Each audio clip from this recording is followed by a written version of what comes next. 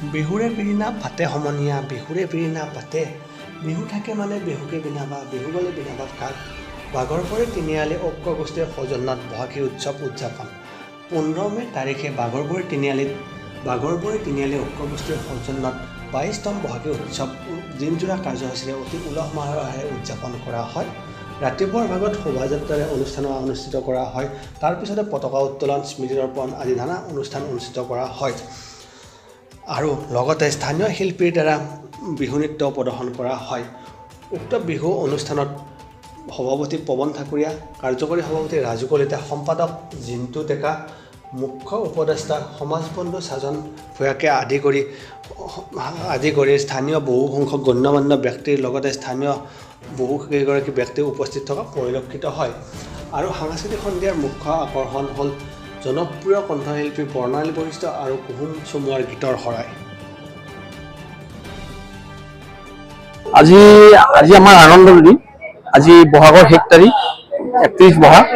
আজি আমাৰ বাগৰবুৰি ঐক্য মঞ্চৰ হৈ 22 বছৰীয়া অনুষ্ঠান।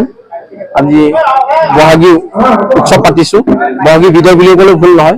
যিয়ে নহওক, প্ৰথমতে সকলো অসমবাসীক ধন্যবাদ জ্ঞাপন কৰিছোঁ আৰু বিহুৰ শুভেচ্ছা জ্ঞাপন কৰিছোঁ।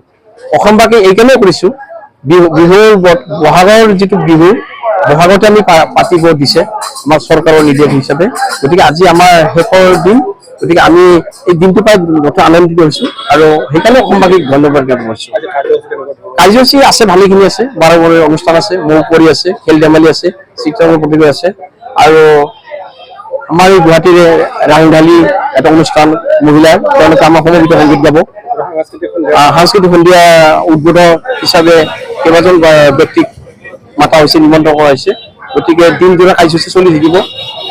ইতিমধ্যে গায়ক দুজন হৈছে, কুসুম চম, যিয়ে নহওক চুবুন চমুৱা, এই দুজনৰ অনুক্ৰমে তেওঁলোকে আকৌ আমাক সময় দিছে। আমাৰ দিন তাৰিখ এটা উকলি গৈছে, 10 তাৰিখ আছিল, 26 বহাগ আছিল। কিন্তু আজিৰ দিনটো আমি এইকাৰণে পাতি ভাল লাগিছে যে ৰাইজৰ সঁহাৰি পাইছোঁ।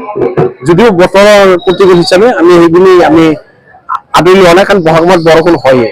কিন্তু বহাগৰ বিহু বহাগ মাহত পাতিব লাগে, সেইখিনি আমি ভাল পাইছোঁ। আৰু সমগ্ৰ অঞ্চলবাসীয়ে আজি গৌৰৱান্বিত কৰিছে যে বাগৰবুৰি ঐক্য গোষ্ঠীয়ে 22 বছৰীয়া বিহুটো অনুষ্ঠান যেনে তেনে পাতিব ওলাইছে। গতিকে আপোনালোকৰ চেনেলৰ থ্ৰুদি সকলো অসমবাসীক বিহুৰ শুভেচ্ছা।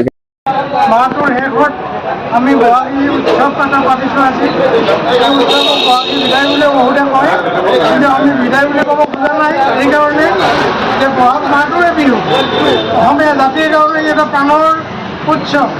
গতিকে এই উৎসৱ, প্ৰাণৰ উৎসৱ বহাগ বিহুত আমি আটায়ে মনত বসবাস কৰা সমূহ জাতি উপজাতি আটায়ে লগ হৈ সমন্বয়ৰ জৰিয়তে নিজে নিজক ধৰি অসমীয়া জাতিটোক গঠন কৰাটোৱে আমাৰ মহান উদ্দেশ্য। এই বিহু এইখিনিয়ে কৈছোঁ। সকলো অসমবাসীলৈ বিহুৰ শুভেচ্ছা জনালোঁ দেৰিকৈ হ'লেও। যিহেতু বহাগ মাহৰ শেষত আমি উপনীত হৈছোঁ, তথাপিও আমাৰ বাঘৰবুৰি তিনিআলি যিখন আমাৰ আজি অনুষ্ঠিত হৈছে বিহুখন, আচলতে আছিলে 10 মে তাৰিখে। চৰকাৰৰ নীতি মতে আমি অকণমান পিছুৱাই দিবলগীয়া হ'ল। গতিকে আজি আমি উদযাপন কৰিবলৈ লৈছোঁ আৰু ইয়াতে অতি সুন্দৰভাৱে অনুষ্ঠানটি আয়োজন কৰিছে আমাৰ আয়োজকসকলে। যিহেতু বাঘৰবুৰিৰ বাসিন্দা নহ'লেও ভৱিষ্যতে বাঘৰবাৰীৰ বাসিন্দাও হোৱাৰ সুযোগকণ আছে আৰু সেয়েহে সকলোৰে লগত মিলা প্ৰীতিৰে আমি আগবাঢ়িব বিচাৰিছোঁ কাৰ্যসূচীলৈ। আছে আমাৰ আজি কাৰ্যসূচীত যথেষ্টখিনি ভাল অনুষ্ঠানেই আছে আৰু আমাৰ বিশেষকৈ আমন্ত্ৰিত আমাৰ শিল্পী দুগৰাকী আছে আৰু আমাৰ ৰাংঢালী এটি অনুষ্ঠান আছে, ৰাংঢালী সাংস্কৃতিক দল বুলি। ৰাংঢালী সাংস্কৃতিক দলৰ হৈ আমি আজি মঞ্চ উদ্বোধন কৰিম এটি সমবেত সংগীতেৰে। গতিকে আহিছোঁ, ভাল লাগিছে, সকলোকে লগ পাইছোঁ আৰু কি ক'ম, বিহু বুলিলে দেহ মন 7 মন 8 মন হয়। সেই বিহু আমি বিদায় দিব লাগিব, বহাগৰ মাহত বিদায় দিব লাগিব। গতিকে আজি আমি শেষৰখন বিহু যিমানখিনি পাৰোঁ মনে প্ৰাণে আৰু ফূৰ্তি কৰিবলৈ বিচাৰোঁ। যদিও দেশৰ পৰিস্থিতি ভাল নহয়, তথাপিও এতিয়া আমাৰ সুস্থিলৈ আহিছে। গতিকে আমি সকলোৱে আজি আনন্দিত হৈ আমি একত্ৰিত হৈ বিহুভাগ আজি বহাগৰ শেষ দিন সকলো ৰাইজলৈ আমাৰ ফালৰ পৰা আন্তৰিক ধন্যবাদ জনাইছোঁ। আজি বাঘৰবুৰি তিনিআলি বিহু পাতিছে। এইটো আচলতে আগতে আছিলে, কিন্তু আমাৰ যিখন পাকিস্তান আৰু ইণ্ডিয়াৰ মাজত যুদ্ধ হোৱাৰ কাৰণে লগত আমাৰ চৰকাৰে যেতিয়া বন্ধ কৰিব দিলে সেইকাৰণে বন্ধ হ'ল।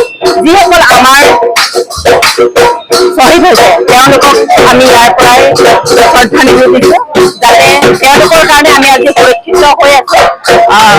তেওঁলোকৰ কাৰণে আমাৰ অসমখন অসম নহয় ভাৰতখন সুৰক্ষিত হৈ আছে। তেওঁলোকক মই সহস্ৰবাৰ প্ৰণাম জনাইছোঁ। শুভেচ্ছা জ্ঞাপন কৰিলো।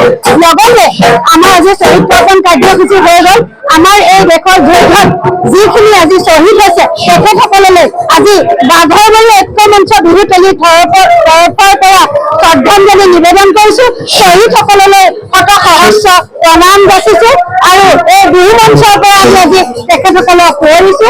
আপোনালোকৰ চেনেলৰ জৰিয়তে আজি আমি প্ৰচাৰ কৰিবলৈ দিছো যে আমাৰ বিহু মঞ্চৰ তৰফৰ পৰা সকলোৱে আজি শ্বহীদসকলক সুঁৱৰিছে। তেখেতসকলে য'তে আছে ত'তে শান্তিত থকা আৰু অসমবাসী শান্তিত থাকিবলৈ